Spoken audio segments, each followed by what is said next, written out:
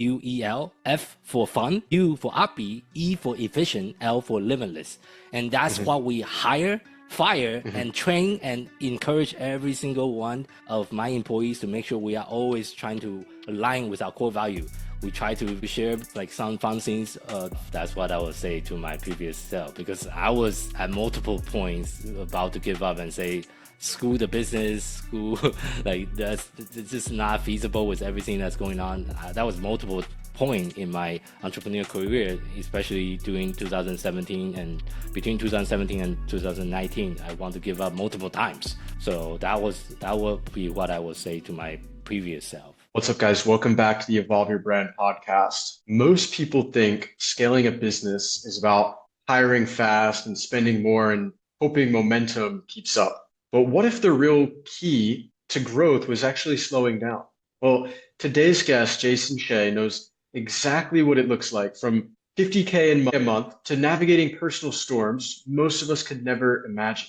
And he's built his company and his character at the same time. So we're going to dive deep into his story today. And I also want to understand from Jason, who's built a sustainable business while also raising a family, leading through crisis, and staying grounded to deepen in his purpose. So we're going to talk about scaling with integrity, about leadership under pressure, and about what it means to be both a founder and a father. Thanks for coming on today, Jason. Yeah, thank you for having me. I'd love to share my story. So yeah, well, take me back. Where did it all begin? You run this business now, Toy Launch. Was that the dream when you were growing up? I think the journey really began all the way back to 2013. To make the long story super short here, so in 2013, my wife and I used to live in Japan. My wife is from Japan, I'm from Taiwan, so I do speak Chinese and Japanese fluently as well. English is my third language, so sorry for my Asian accent here, but hopefully you can understand me just fine. But the problem that we face in Japan, I don't know, Dave, I think you visited Japan before as well, right, Dave? I've been and I've done business in Tokyo for 2 weeks, I believe. Okay. I see. So the problem with Japan, it is a wonderful country, but also a very conservative country. So what happened to us in 2013 is we find out our son was on the autism spectrum, but we struggle to find help. And actually, we used to live in Tokyo, one of the largest metropolitan area in the world, with population over 30 million people. However, we could only find 2 therapy centers to take our son to in the entire Tokyo metropolitan area back then. Which is insane if you think about how many people live there. So that is not the best situation to be in. It's a big city. It's a really big city. It's a huge city. So we decided to move to United States in 2015 to find additional help and therapy opportunity for our son. We ended up in Seattle, Washington. That's where we first moved to. Too much rain, so we end up in Phoenix now for a different type of weather, or opposite weather compared to Seattle, which rained like almost every single day of the year. So, but the new problem we encountered shortly after we moved to the state is, as you might already know, the medical insurance system in US sucked really bad. It doesn't pay for any of the therapy that we needed for our son. And his therapist and the doctor was recommended for him to have at least 15 hours a week of Is that Obamacare? It's mostly private insurance. Obamacare doesn't cover any of the therapy, actually. So, yeah. And private insurance also doesn't cover the therapy. Yes, private insurance also don't cover a lot of the therapy that my son needed, because it's specialized intensive behavior treatment, and a lot of the private health providers just don't carry it at all. So that was the main struggle. And if you do the math, 15 hours a week of therapy, each hour is $100 an hour. That's $6,000 a month, which I don't have to support my son with his symptom. So that's why I decided to kind of dive into entrepreneurship, and I started my first company, which is Lucky Kid, which is my toy company, back in 2016 on the side as a weekend entrepreneur, because I still have a full-time job in corporate finance. And I was working the business on the side for 6 years, from 2016 to early 2022, and slowly grow the business. And it's only until early 2022, I feel like I'm finally ready to take the leap of faith. And I did, and I quit my day job and become a full-time, a toy entrepreneur instead. And that's what I've been doing for the last 4 years, full-time, running that first business. And also around the same time in early 2022, when I quit my day job, I feel like I have a lot more times on my hand now, time to start a second business. And I did. That's when I started Toy Launch, which is our digital marketing company that we specialize in doing digital marketing for toys and game brands. We currently manage over 35 different brands, over 100 different products. I have 20 full-time employees working for me and my organization, but that is doing this for almost 10 years. It's going to be a decade for me in 2026. Being a digital entrepreneur, just kind of like yourself, running digital businesses, etc. So that's kind of my journey so far in my entrepreneur career. But I'm really passionate about toys and game industry because that's it's an industry I have been involved with, and that I really want to grow and create. How did you get into it in the first place, the toy industry? It's because I want to create something that can help my son. Our own toy brand, we design toy for kids with special needs. So we design sensory toys, rigid toys, and weighted toys that can empower kids like my son. That is on the autism spectrum. That's how I got into the industry. Okay. And what were the first signs that once you got into the industry that it was going to turn into a seven-figure business? It was never a early sign. It's just like hustling for 6 years on the weekend, like just working like crazy because I was working 60, 70 hours every single week because I have a full-time job that's 40-hour, part-time business that's 20, 30 hours. So I think a lot of people only talk about entrepreneurship. They only see the success of people on stages and sharing their success, but they don't see the 9-year, 10-year behind the scene of getting to that point they are at. So I don't think there's a realization. I guess I just wanted to do it so bad, and I really don't like my day job, which is like corporate accounting. It's just not fun. So toy industry is a lot more fun and it's a lot more enjoyable. So that's something I really want to do more of. And was there some like catalyst for change in scaling your business? Was there a system or a process that changed everything that kind of helped you guys grow from 10 to 50K per month? I think the biggest catalyst for us is really implementing EOS, which stands for Entrepreneur Operating System. It's actually a book called Traction written by Geo Wickman. I highly recommend fellow entrepreneur to check it out because that is one of the most impactful business book I have ever read in my career as an entrepreneur myself. And that was implemented about 3 years ago. So we redid a lot of the different things, the way we structure our business, the way we do our vision, the way we hire people, the way we set goals, the way we run meetings, pretty much everything about how the business was operating. We changed everything about 3 years ago. That really make a huge difference. So highly recommend that books. Amazing. Amazing. It's so funny you say that, because I actually just bought that book by Gino Wickman, and I'm about to read okay, it. you did. And I'm really passionate about learning more about EOS. And I was just showing you my podcast. One of the last guys we had on the show, Adrian Dayton, is an EOS implementer. Okay. That's really interesting. Yeah. And I'm actually reading. Go ahead. What kind of culture are you intentionally building within your company now that you're starting to implement EOS? I think one of the exercises in EOS is to create a very clear core value. For us, our core value is FUEL, F-U-E-L, F for fun, U for upbeat, E for efficient, L for limitless. And that's what we hire, fire, and train and encourage every single one of my employees to make sure we are always trying to align with our core value. We try to share like some fun things during the meetings, and we also try to keep our energy upbeat and also being efficient with our work, and also always learning. That means being limitless, always learning and improving ourselves. We actually have Friday is our focus and learning days, encouraging every single one of my employees to spend at least 2 hours on learning new things, new strategy, new AI tool that they can empower and use in their daily work as well. So the more you learn, the more you earn. I love it. 100%. And what about you? Like, how are you becoming more sustainable in your growth as a leader? For me, it's really, there is actually an EOS exercise, going back to EOS again. There's an exercise called Delegate and Elevate. And this is a very simple exercise for people that's listening or watching. You can do this on a piece of paper. The way you do it is just list down every single activity, every single task you are doing on a daily, weekly, monthly basis, and then categorize it into the thing that you hate and you're just not good at, to the thing that you can do, but you also are not good, you don't like. Then those are the bottom categories of stuff. You want to create 4 different quadrants.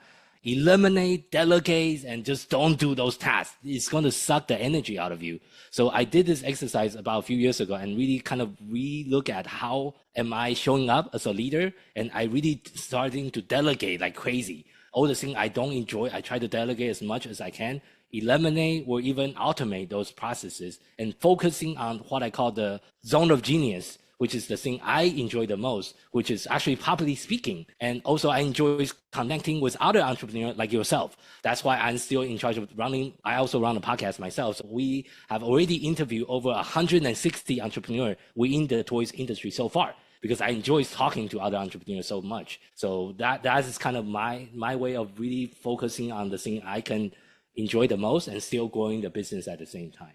Yeah, and for me, running a podcast and interviewing other entrepreneurs, it really changed everything for me. What has it kind of done for you and your business by launching a podcast and interviewing so many inspiring people within your same industry?